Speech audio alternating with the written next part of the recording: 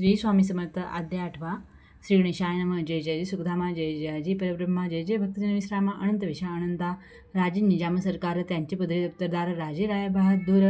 शंकरराव नामक 6 लक्षांची जहागिरी, त्याप्रती सकल सुखे अनुकूल असती, विपुल संपत्ती संतती, काही कमती असेना, परिपूर्ण कर्म अगाधतया लागला ब्रह्मसंबंध,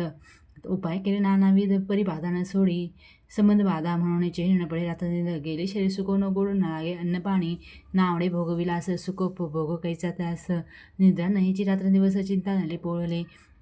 केली कित्येक अनुष्ठाने तशी ब्रह्मसत्तरपणे बहुसाल दिली दाणे आरोग्य व्हावे म्हणून या विटले संसार सख्याशी त्रासली या भवयात्रेशी कृष्णवर्ण आला शरीराशी रात्र चैन नसे कोणा लागे जावे शरण मज बरी कृपा करील कोण सोडविल व्याधीपासून ऐसा कोण समर्थ मग केला एक विचार प्रसिद्ध क्षेत्र श्री गाणगापूर तेथे जाऊन अहोरात्र दत्त सेवा करावी सेवा केली बहु असे ऐसे लुटले 3 मास एके रात्री तयांचे स्वप्न दृष्टांत झाला अक्कलकोटी जावीत वा तेथे करावी स्वामी सेवा येते वचनी भाव धरावा तेने व्याधी जाय दुरी तरी तेथेचे राहिले आणखी अनुष्ठान आरंभिले पुन्हा तयांचे स्वप्न पडले अक्कलकोटी जावेत वा हे जाणून हित गोष्टी मानसी विचारणे शेवटी त्वरित आले अक्कलकोटी प्रेत पत्नीसहित त्या नगरीच्या नारी काम धंदा करता घरी स्वामी चरित्र परस्परी प्रेम भाव संगती कित्येक प्रांतस्थाने करुणी पूजा द्रव्ये घेऊन अर्भाव्या समर्थचरणी जाते येते त्वरेने येथे श्री स्वामी सामृत नाना प्रभू कथा समंत सदा परिसुत प्रेमभक्त अष्टमध्याय गोड हा श्री स्वामी राजांचरणा वृंदार्पणमस्तुम इति स्वामीचे सारामृतम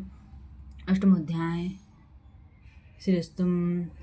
म्हणजे शंकररावांना जी ब्रह्मसंबंधाची जी व्याधी होती तर ती कोण करेल, कारण सगळे उपाय झाले होते आणि पैसाही भरपूर होता प्रत्येक ठिकाणी हे करण्यासाठी दाखवण्यासाठी, पण तर त्याच्यावर काय इलाजच होत नव्हता कुठेच। मग ते ऐकलं होतं की अक्कलकोटामध्ये आहेत ना जे